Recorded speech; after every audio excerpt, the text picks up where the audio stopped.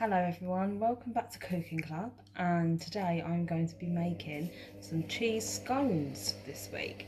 So I'm going to first of all start by prepping your ingredients. So the ingredients we're going to need today are, you're going to need about 75 to 100 grams of cheese.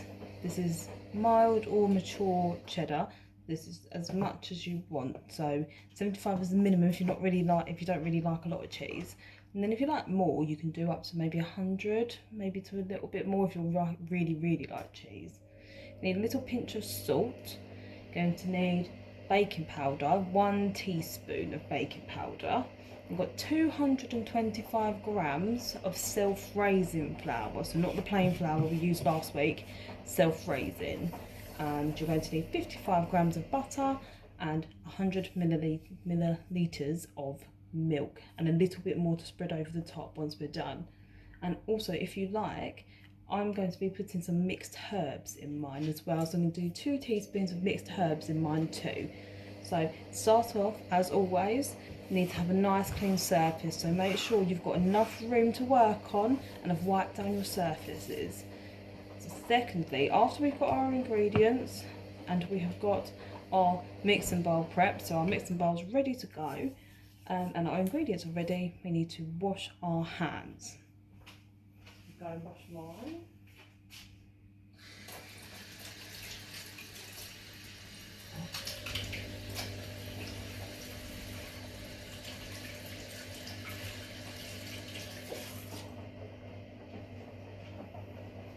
Okay, now these are all nice and clean. First step is to turn on the oven. So you need your adults to turn on your oven. You need it on 200 degrees, and that is 180 degrees if you've got a fan oven, and if your oven is the gas one, then it's gas master 6. Nice and prepped, ready to go. You're going to want to baste your baking tray again, so just put a little bit of oil on a baking tray, and we are ready to go. Again, this one only takes about 25 minutes to make, which is another one that's really nice and easy for us to do whenever we fancy a bit more of a savoury treat. So our first step we've done, that is to heat our oven. The second step is we need to add our butter nice and into our bowl, and then we need to add our flour. So we're going to use a method which is called, so we're going to squeeze it with our fingertips to shred it all together to make breadcrumbs. So we're going to make it more of like a breadcrumb sort of feel. So you're going to get your butter and spread it around. Spread it all nice together, and you're just going to twist your fingers as you're doing this to make sure that we're getting it all together. Lovely.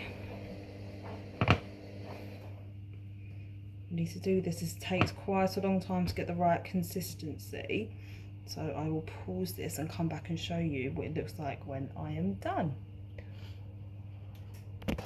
Okay, so mine is now like this, very much like breadcrumbs. So it needs to be looking just like, let me flip it round. So it needs to be looking like this, nice like breadcrumbs, like you've just got a loaf of bread and just got it all together. I also just gonna wash my hands because it can get very sticky around your fingers. Make sure you can squeeze it off and push it back together. So our next step now is we're going to put our cheese in. Got lots of cheese for mine because I am a cheeseaholic.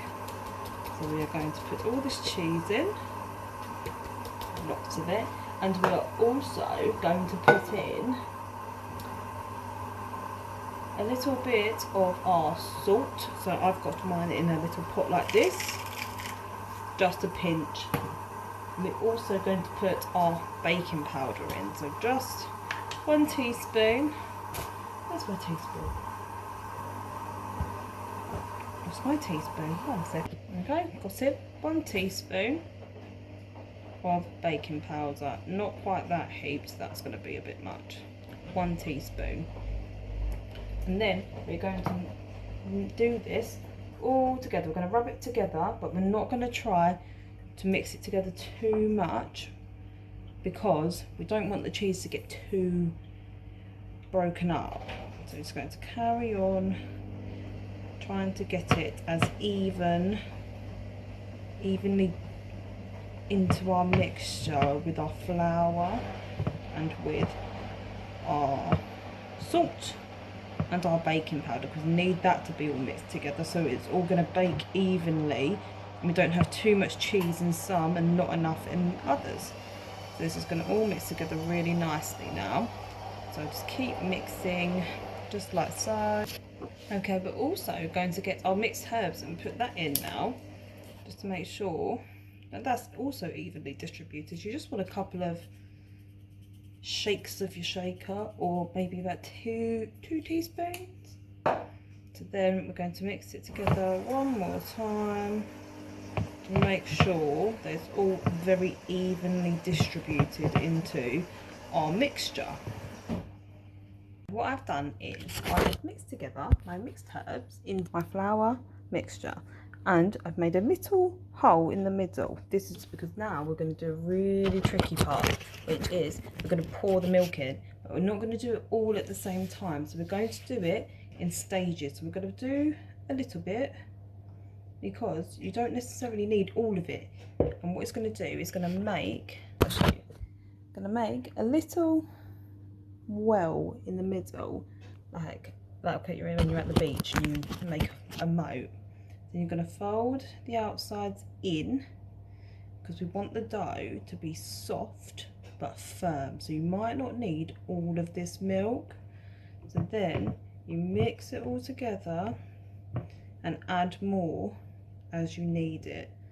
So you're going to keep going with this until it's all mixed together. It's going to get very, very sticky now because we want it soft, but we want it really firm too.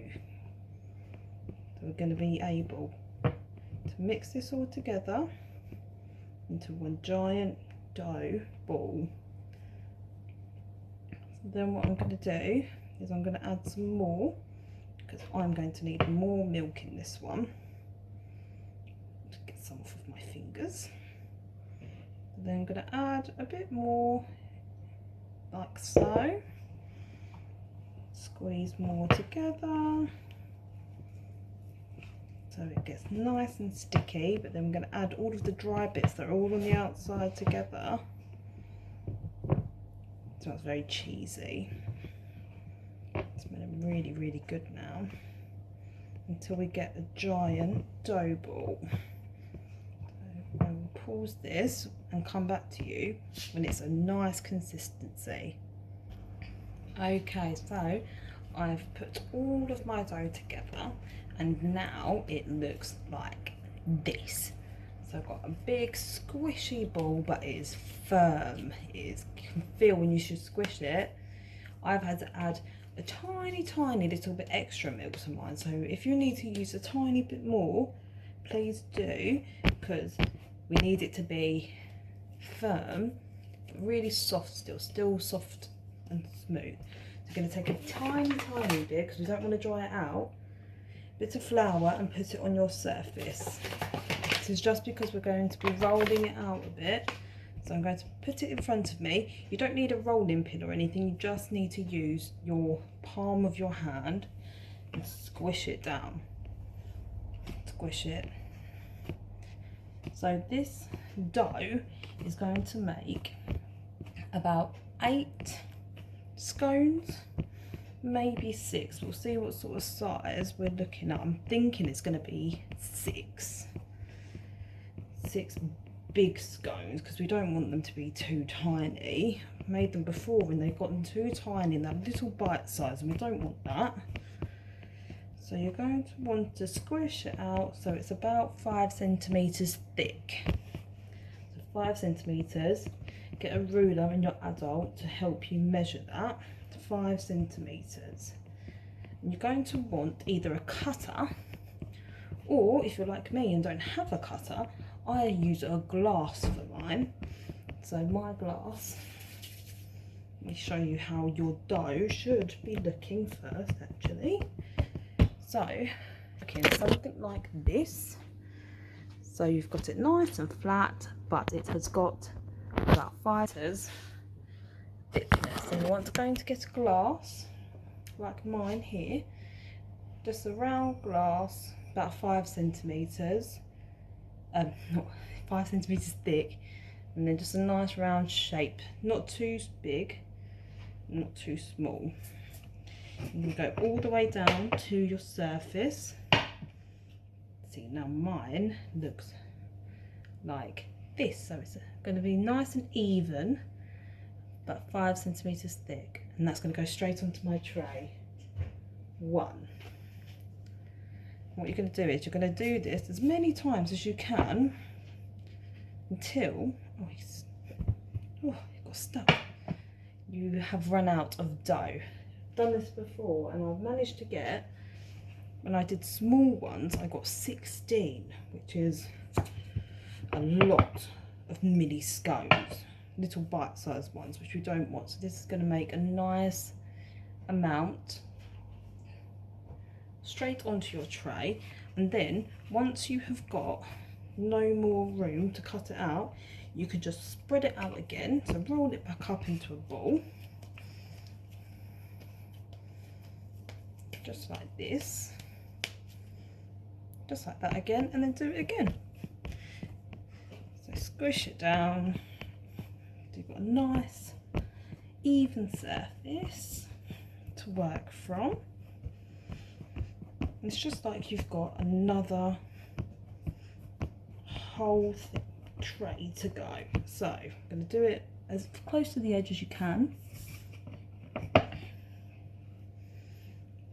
Pop these on your tray. I think 6 is going to be the number. I think 6, maybe an 8, but I won't be able to cut the last 2. So if you've got extra, maybe you could make it into a straw shape like what Mrs. Woods did last week. That would be cool, because then you've got a little snap for when you're finished. That's what I'm going to do. So I'm going to see, once I'm squishing it down again, making sure it's the same thickness as my last ones, because we don't want them to be any thicker than the last ones.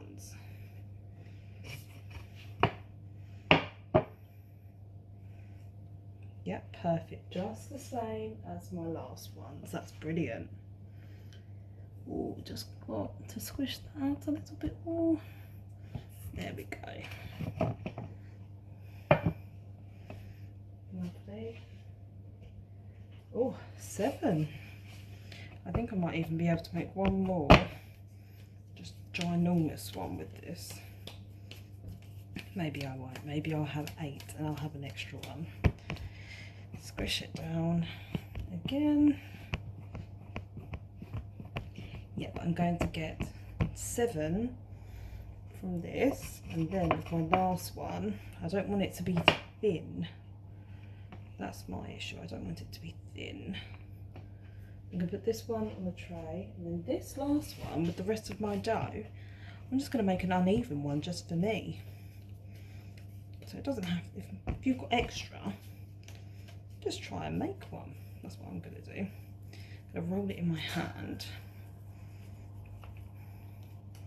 and squish it so it looks similar to my other ones, because my glass won't fit around this, but that's not too bad.